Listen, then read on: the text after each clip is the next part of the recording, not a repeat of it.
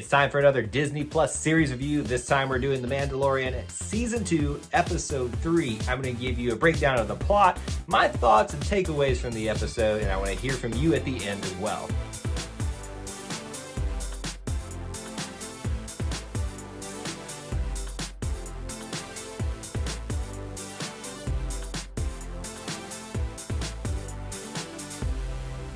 Welcome back to Eye to Eye, Disney Through Our Eyes. This is our Disney variety channel where we cover anything and everything Disney. My name is Kyle, and if you enjoy what you're watching today, please do consider hitting that like button. And if you don't want to miss a single thing, an upload, a live stream, any of it, you make sure that you have the notification bell marked along with the subscribe button. So this is episode 3 of season 2, otherwise known as the Heiress, and we'll talk a little bit why it's called the Heiress a little bit later on. Before we go anywhere though, always want to remind you that this review is full of spoilers. So if you do not want to be spoiled on anything, if you have not watched anything, just get out of here now. Go away. This is not the way. Now, before we talk about my takeaways from the episode, we have to talk about the plot and just a little bit of small details here just to kind of know where we're exactly at.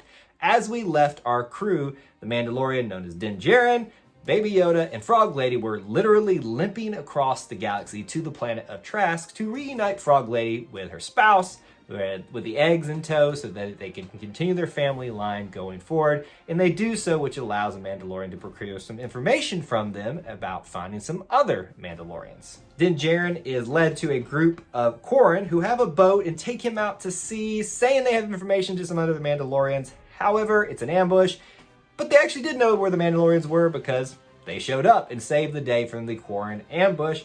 And this group is actually led by Katan. We've seen her in some previous Star Wars programs before.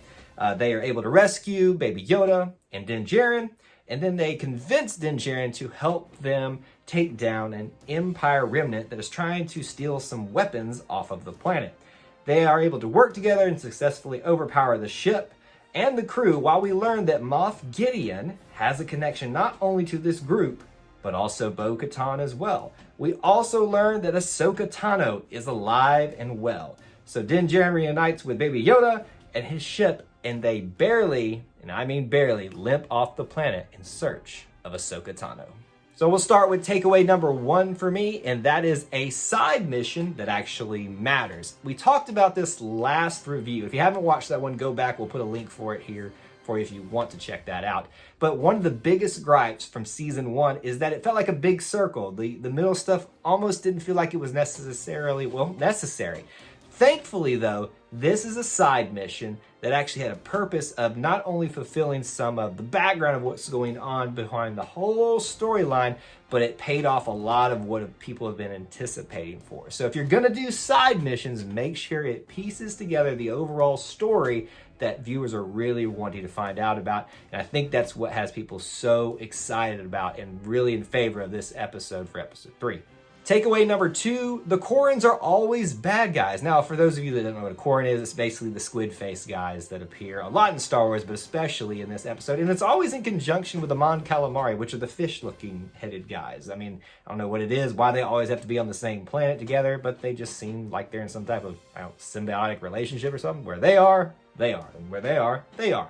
But the Korin always seem to be either evil or just anti-heroes, never necessarily good. And I'm sure I'm just kind of painting with a broad brush here, but I can't really think of a Korin off the top of my head that actually was a good one. And you know, when I saw this group helping Mandalorian and Baby Yoda, I was like, oh, look, they're finally gonna get to, be the good guys. Nope. And as soon as we got on that boat and I heard the music in the background, I was like, gosh, the Korin, they just can't find a good one amongst them. Takeaway number 3 for me is the organized pockets of the Empire that are still around. We talked a lot about in the last analysis of episode 2 about how the Republic is starting to get more organized. Well, we see that even though the Empire has been defeated, there's still some remnants that are pretty fairly organized. We knew that with Moff Gideon appearing in the last episode, but it's not just him, and he's actually connected to this group here that's trying to get the weapons off of that. So it shows you that while the Empire is defeated, they're not gone, and they're still a legitimate threat, especially with powerful individuals like Moff Gideon in the Wind trying to figure out their own things. And of course, there's the whole Darksaber thing. Whoever holds the Darksaber seems to be one of the more powerful people in the universe. So there's that as well. But Empire's alive and still a big threat.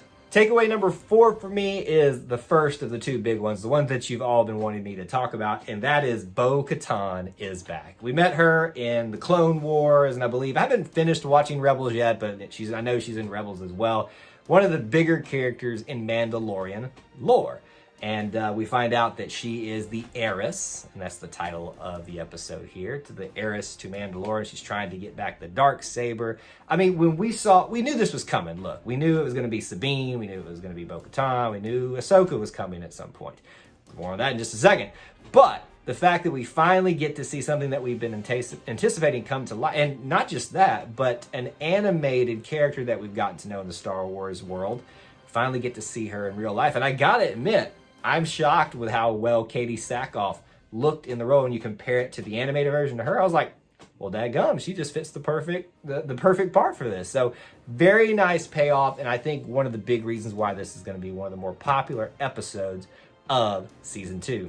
And finally, my last takeaway from this one, the one that everyone's probably most excited about. We got the confirmation we'd all anticipated that Ahsoka Tano is alive and well. A character that was not so well received at the very beginning of the Clone Wars animated series, but has since grown in popularity and has probably been, outside of the Skywalkers, the Palpatines, been one of the more centralized characters, especially when you think of the stuff outside of the actual main Star Wars movies. She's one of the biggest names out there, and we're finally got to see her on, not the big screen, but the little small screen here. We're going to see her in live action, and that makes you so excited to, obviously with Bo-Katan being realized in live action, this is going to be really cool to see Rosario Dawson in that role. We knew it was coming, but just to finally have it acknowledged in the series has us all super excited, and I am wondering now how many more episodes till we actually see her. My guess, and this is just a guess, having just watched the episode,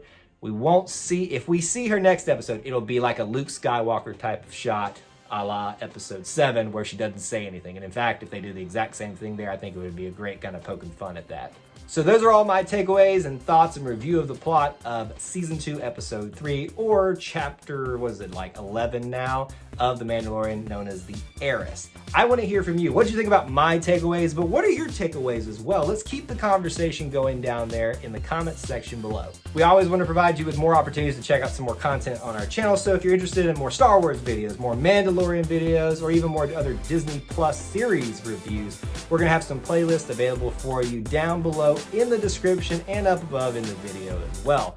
That's all I have for you on this edition of Eye to Eye, but until we assemble again, may the Force be with you, and I'll see you real soon.